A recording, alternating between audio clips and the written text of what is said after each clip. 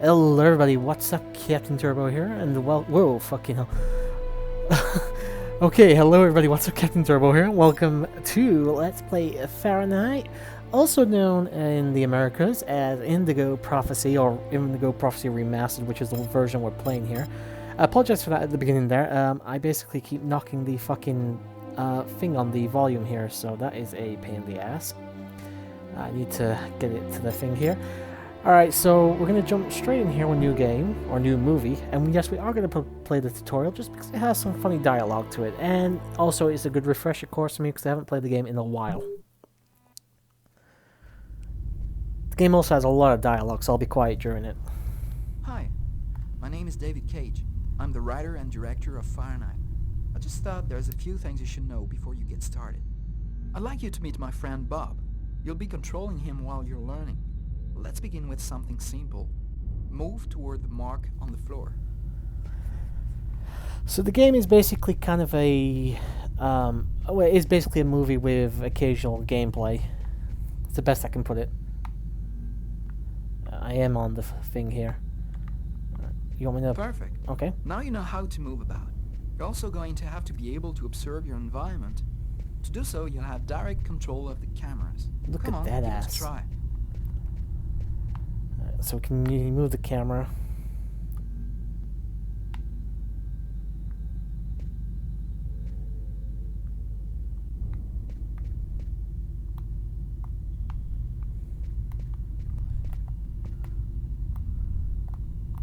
I've done it all, my friend. What do you want me to do?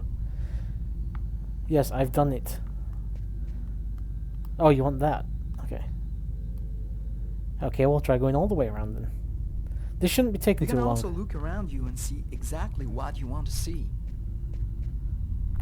Yep, there we go. I can see what I want to see. I want to see you, David Cage. Because no offense, my friend, but your But games you won't aren't be just great. looking around you in Fahrenheit. You'll also have to interact with your environment. Go to the door. I will go to the Do door. you see the symbol at the top of the screen? Indeed I It do. indicates the movement you have to make to execute the action. Do it slowly to really feel you're controlling your character's hand. Go ahead. How about now? I just press it. That's cool. Now that you know how to move about, use the cameras and interact with the environment, we can move on to more serious stuff. Fahrenheit has action sequences where your character's life will be in danger. I'd better explain this to you before you find yourself on your own. I go to the rib stall. Okay. I can climb. This When isn't this freaky at symbol all. appears at the top of the screen, it means your character is gonna have to make a physical effort. You'll see. You'll be exhausted too. Yeah, this is a fucking killer on the fingers, admittedly.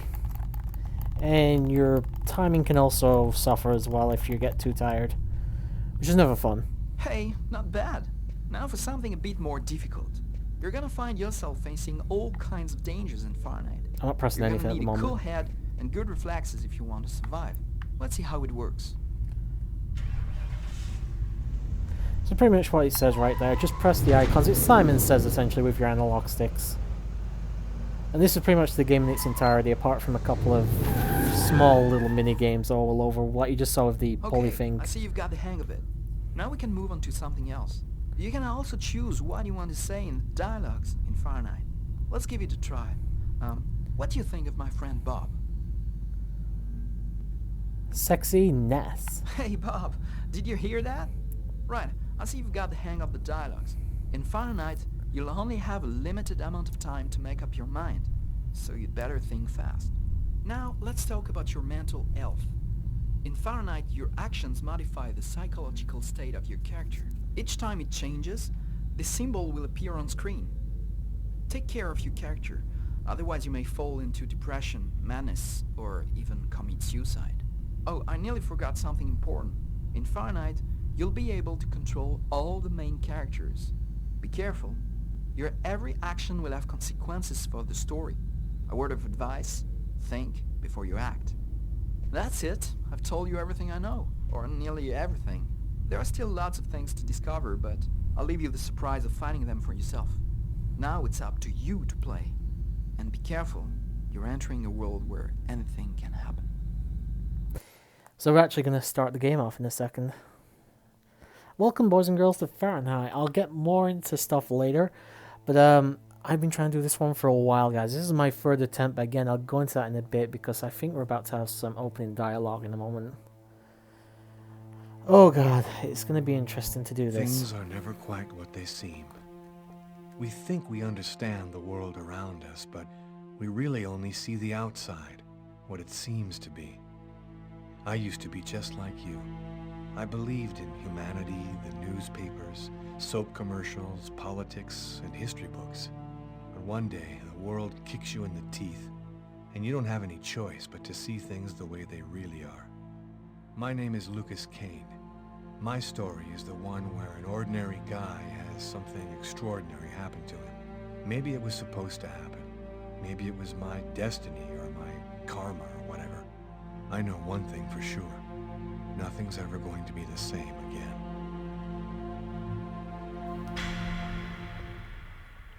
Drama. Fahrenheit. Yay. It all started right here. Where else could it happen? New York, capital of the universe. The chessboard destiny chose for the last big game. I was just another pawn living my pawn's life. Until that night, when my life descended into chaos. It's always New York. Always fucking New York. What the fuck do they put in the water around here? It's all yellow. That's kind of gross. But yeah, guys, 3 times I've attempted to do this. I recorded it once for post-commentary. I lost several files. Recorded it again to make up what I lost. I lost that. The 3rd time with OPI, but the audio was terrible. So actually, this is my 4th attempt at playing this fucking game for the channel. It's not the fact the game's difficult. It's a fucking movie tie-in. It's essentially a movie game. But it's kind of a mystery thriller, I guess you could say. Definitely a bit of sci-fi as well, I guess. You can game over in this game, but I think I'm going to be able to avoid most of it. There are multiple endings. I'll probably go for what's considered the best. But I'm not going to be going for it tonight, obviously, because it's pretty late as it is, and I'm probably only going to be playing for about 2 hours. But this is the first David Cage game. You're probably more familiar with his later work, like Heavy Rain, Two Souls, and recently, what was it? What was the other one? Ew. He just came. Doing the Undertaker eye roll. Oh no. What's going on? I'm walking like he's having about 25 pints of lager. I'll look like an extreme thriller.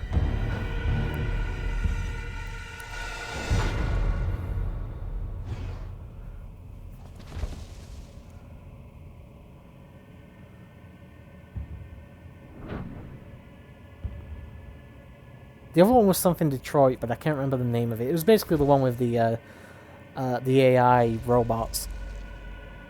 He's a bit of a contentious person, but I actually really do enjoy this game. I have a bit of a soft spot for it, admittedly. Just like his heart right now. A very soft spot, where the knife is embedded. And that's Lucas's kink. Not the girl, I mean stabbing person. And hello, plot device. We won't see you for a while. And even then, you don't see much of her.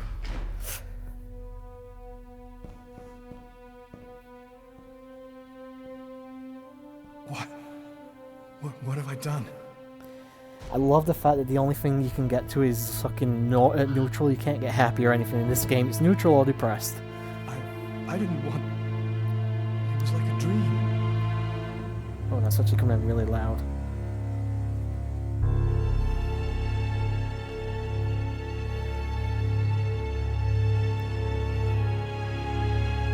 Quick. I've got to get out of here before somebody comes in here. Alright, so basically you've got plenty of time, so don't worry about it. You've got time to fix everything up and hide the evidence and all that shit. So you just gotta drag the body first and foremost into the lavatory. The toilet, as I like to call it. Only anxious now, that's better.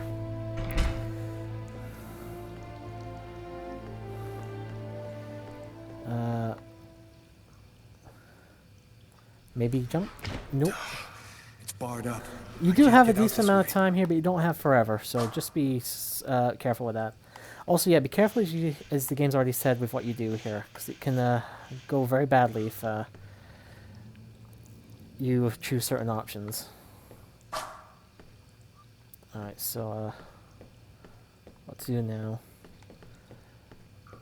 Yeah, let's wash up here. The knife is also close by, I believe. I just can't remember exactly where it is. It's pretty good with this. It's not going to be too much of an issue. We've the knife. Been too I've got to get rid of it. Strict this early on. Also, we don't see where he hides it, just FYI. And he does that himself.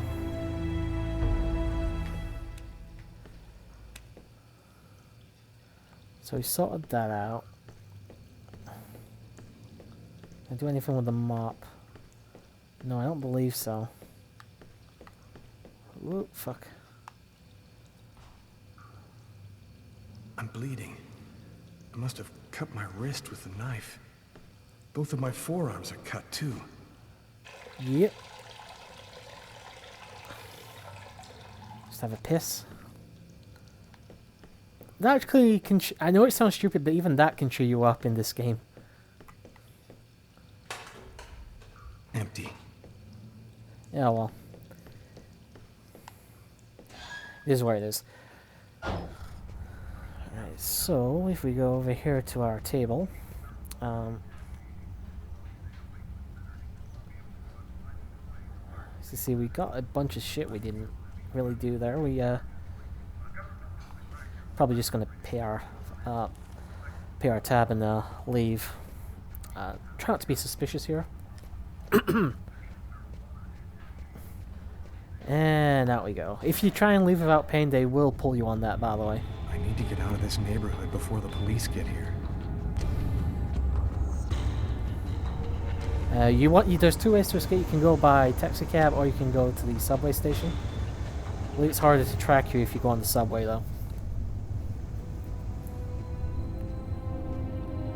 I think, anyway.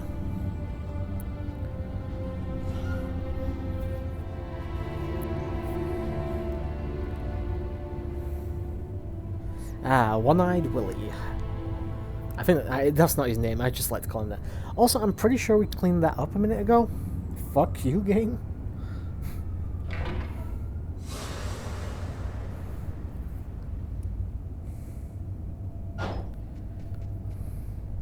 Nobody goes anywhere.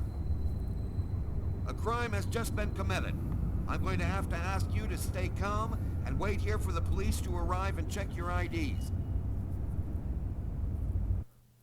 Alright, I might want to turn sound effects down and voice acting up.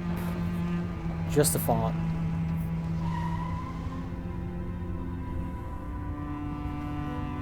Dog's Diner, that's it.